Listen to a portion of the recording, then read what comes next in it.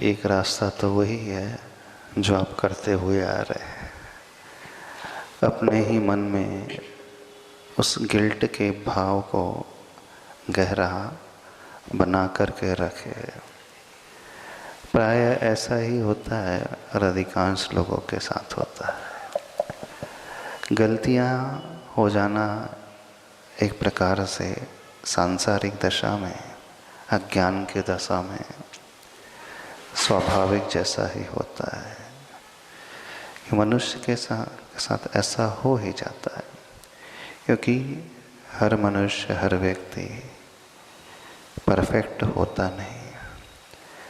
जहाँ वो रहता है, जैसी उसकी संगति होती है, जहाँ वो पढ़ाई करता है, सराउंडिंग का इफेक्ट उस पर बहुत होता ही है। सराउंडिंग वैसी ना भी हो और अकेला हो तो एक आज दूसरी कंपनी आज के ज़माने में लोगों को मिल गई है, और वो सबसे बड़ी कंपनी आपकी मोबाइल की कंपनी मिल गई है। तो आपका सबसे बड़ा फ्रेंड तो मोबाइल ही हो गया है, और अधिकतर वक्त आप उसी के साथ ही बिताते हो। तो जो उस फ्रेंड के कारण भी कई बार टीनेजर में जो है गलतियां कर जाते हैं, यूथ जो है गलतियां कर जाता है। तो ऐसी दशा में गलतियां होना कोई बड़ी बात नहीं होती, लेकिन गलती हो जाने के पश्चात उसका गिल्ट मान करके, गिल्ट पाल करके हमेशा दीनहीन बन करके एक बोझ ढो करके जीना, यह तो कोई रास्ता नहीं होता है।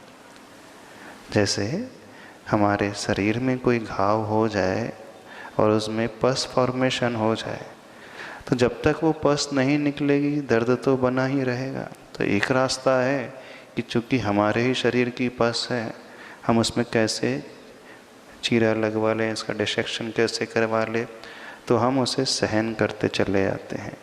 लेकिन आप उसमें चीरा नहीं लगाओगे तो दर्द तो हमेशा बना रहेगा। और शरीर के दर्द से अधिक खतरनाक दर्द होता है मन की पीड़ा। मन का वो बोझ इतना खतरनाक होता है, इतना खतरनाक होता है कि व्यक्ति उसके कारण कई बार डिप्रेशन में भी चला जाता है। उसके वर्तमान का आनंद भी समाप्त हो जाता है। जिंदगी में कुछ जैसे बचता ही नहीं। वो कभी अच्छे कार्य नहीं कर पाता, लोगों से आंखें मिला कर के बात नहीं कर सकता, लोगों के साथ अच्छे से जी नहीं पाता। सिर्फ एक गलती वो कर जाता है और उसी का वह बार बार विचार अपने मन में लाता रहता। तो जैसे शरीर के उस घाव के दर्द से मुक्ति पाने के लिए उसकी मवाद को दूर कर देते हैं, ऐसे ही मन के उस घाव से उस मवाद को निकालने की कोशिश होनी चाहिए। अब प्रश्न उठता है कि उस मन के बोझ को हम, मन के अपराध को हम किसके आगे खाली करें।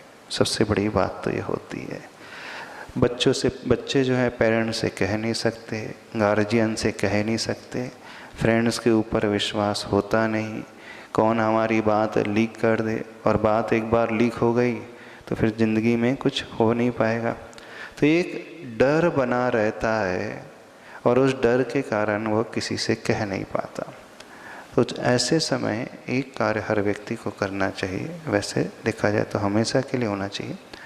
अपनी लाइफ में एक ऐसा मेंटर अथवा गुरु हो जिसके प्रति हमारा पूर्ण विश्वास हो, और उसके पास आकर के हम अपने मन की सारी बातों को खाली कर दें, मन को एकदम हल्का कर दें। और विश्वास माने गुरु एक ऐसी महान आत्मा होती हैं जो बड़े से बड़े रहस्य को भी पचा जाते हैं, बड़े से बड़े अपराध के भाव को सुनकर के भी अपने से बाहर नहीं निकलने देते हैं।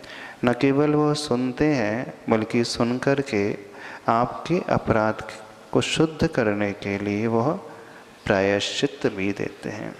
तो शास्त्रों में जो प्रायश्चित की जो विधि बताई है ने, प्रायश्चित की जो प्रोसेस बताई है वो इसीलिए है कि जब हमसे कोई गलती हो जाए तो गुरु के पास जा कर के अपने अपराध का निवेदन कर दें और जब जैसे ही हम अपने अपराध का निवेदन करते हैं और जो वो हमें प्रायश्चित देते हैं उसे हम स्वीकार कर लेते हैं, तो उसी समय समझना हमारे मन का बोझ एकदम हल्का हो जाता है। तो एकमात्र उपाय तो यही है, किसी योग्य गुरु के चरणों में जाकर आप अपने मन के उस अपराध को कह दें। और डरे बिल्कुल नहीं, ये नहीं सोचें कि गुरु क्या सोचेंगे, हमारी इमेज तो गुरु की दृष्टि में बड़ी अच्छी बनी है, अथवा अन्य वे क्या हमारी इमेज बना लेंगे। तो ऐसा कुछ नहीं होता। तो गुरु के मन में किसी की इमेज खराब नहीं होती। आचार्य भगवान एक बात कहते थे, जब कोई शिष्य उनके पास आकर के अपने कठोर से कठोर अपराध को भी निवेदित करता था, कह देता था, तो वे कभी रुष्ट नहीं होते बल्कि प्रसन्न होते हैं कि देखो यह शिष्य अपने मन को हल्का करना चाहता है, अपनी आत्मा को शुद्ध बनाना चाहता है। इतना बड़ा साहस इसने किया है कि अपने उस अपराध को हमारे सामने प्रकट कर रहा है। तो गुरु कभी रुष्ट नहीं होते और ना ही आपकी इमेज उनकी दृष्टि में कभी खराब होगी, क्योंकि जब कोई भी शिष्य अथवा कोई व्यक्ति अपनी गलती गुरु के सामने कहता है तो समझना ये बहुत बड़ा वो तप करता है। प्रायश्चित जो तप होता है वो अंतरंग तप होता है और बहुत बड़ा तप होता है, और इसी प्रायश्चित के माध्यम से हम शुद्ध हो पाते हैं और कोई रास्ता हमारे जीवन में है ही नहीं। तो आप ऐसे गुरु को तलाश करें जिसके प्रति आपका पूर्ण विश्वास है, जिनके चरणों में आपका समर्पण है। उनके चरणों में जाकर के अपने अपराध को कह सकते हैं और कोई डरने की आवश्यकता नहीं। वे कोई बुरा नहीं मानेंगे, वे आपको डांटेंगे नहीं।